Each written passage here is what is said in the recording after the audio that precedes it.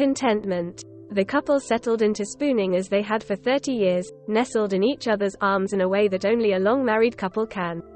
Some couples have faced the unthinkable, the untouchable, the unnameable foe. This was one such couple. Romance blossomed early in their college days together. What began as a hard, fast friendship based on much in common, quickly progressed to a passionate love for one another.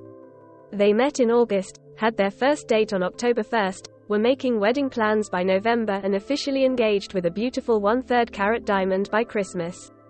They were married in July in a small church wedding with paper napkins and paper plates at a family-catered potluck reception, less than a year after they had met. Finances were challenging for much of their married life, but finances were not the foe. They were the fruit of the foe. Small jobs, many of them, characterized their first couple of years of marriage.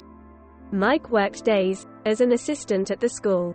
Lily worked 4 part-time jobs, which oftentimes overlapped and made it challenging for them to spend much time together. She taught preschool 3 days a week from 9 to 12, substituted as a cafeteria worker and as a teacher in the local schools, and worked at a local grocery store, often closing the store, which required her being out until 12 to 1 o'clock. Mike was asleep before she ever got home. All of that, just to make ends meet, and barely. Some days, she taught preschool in the morning, subbed at the school for an afternoon half-day session and then worked at the grocery store till late at night.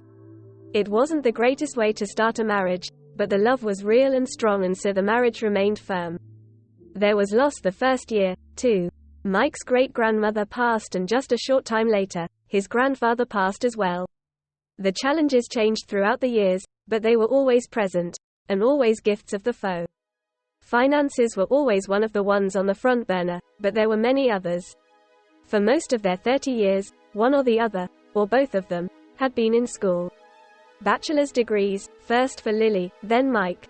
Later, a master's degree, in education for Lily. Then, a master's degree for Mike. When Mike wanted to pursue his doctorate, it was terrible timing. They both knew it. 3 years into their marriage, they had bought an old farmhouse with some dreams of Victorian grandeur, which they had been remodeling as time and money had allowed, which meant, dang. It was slow and painful, but their blood, sweat, and tears were making it a home, and it had a long way to go.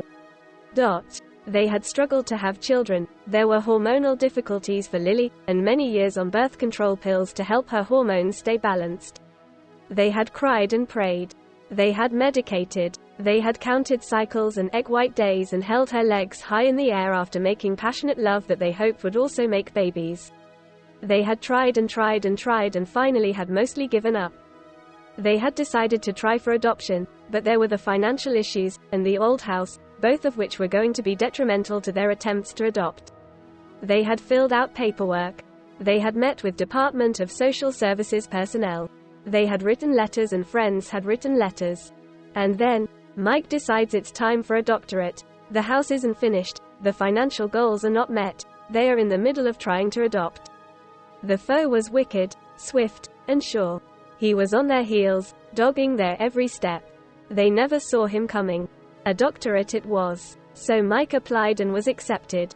The program took money they didn't have and time that could have been spent fixing the house. Not long after Mike started the doctorate, Lily heard about acupuncture treatment for infertility. She decided to try it, after hearing some amazing success stories, including her own sister's. She would lay on a table with a heat lamp at her feet and needles dotting her body all over with hopes of getting pregnant. Over time, and after a nervous breakdown or two, Lily began changing eating patterns and moving patterns. She lost 62 pounds in less than a year. She looked great, she felt great. In the middle of the doctorate program of her husband, Lily found herself pregnant. They were surprised, shocked. They were elated. There were no words. There was no keeping this news a secret. They were far too excited. Nursery plans were made, shower plans were made, college and career plans were made. Names that had been chosen eons ago were dusted off and tried out. Doctor's appointments, ultrasounds, anxiety, elation, and soon, devastation as the fetus stopped growing as quickly and unexpectedly as it had begun. There was surgery and there were tears. There was work and blood and the doctorate looming. The invisible foe had hit pay dirt. The doctorate continued. Lily grieved. Mike worked full-time and attended school, with time for little else. They loved, oh, how they loved, but they were tired and uncertain and busy. Then, a few months later came another missed period and news of another pregnancy, this one lost again, died inside of Lily, along with pieces of herself. The foe had struck again. Though they never saw this foe, this enemy, he seemed to thwart their every dream, their every hope. As unbelievable as it seems, just a year after the first pregnancy, Lily found herself facing her third pregnancy in 12 months. Oh, how they prayed. Oh, how careful they were. Oh, how they wished for their dreams to be fulfilled. But alas, this pregnancy ended badly as well. Not only did it end badly, but it was punctuated by another loss. Mike's biological father had died, and Mike had to be gone during this surgery to go retrieve his dead father's ashes. Dang, the foe. So, Lily's mother dried the tears and took her for the surgery that removed the hopes and dreams from her body while Mike traveled halfway across the country to get Jack's ashes. The grief was almost unbearable. Lily held it together on the outside, but was dying on the inside. Mike was so focused on the doctorate that he couldn't afford to grieve. And so, they lived, together but separate, bound by a great love and a great grief, and the foe waited for more opportunities. After 7 years, Mike achieved his doctorate. Life continued to change and challenge. The foe used every weapon he had, but to no avail. The love was strong, constant, and committed. In spite of age, loss, grief, bad decisions, doctorates, sickness, jobs, and finances, the foe failed in his attempt. His goals were divorce, hate, apathy, but instead he met with constance, forgiveness, passion, love, quiet fortitude, friendship, consistency, resilience, love, love, love.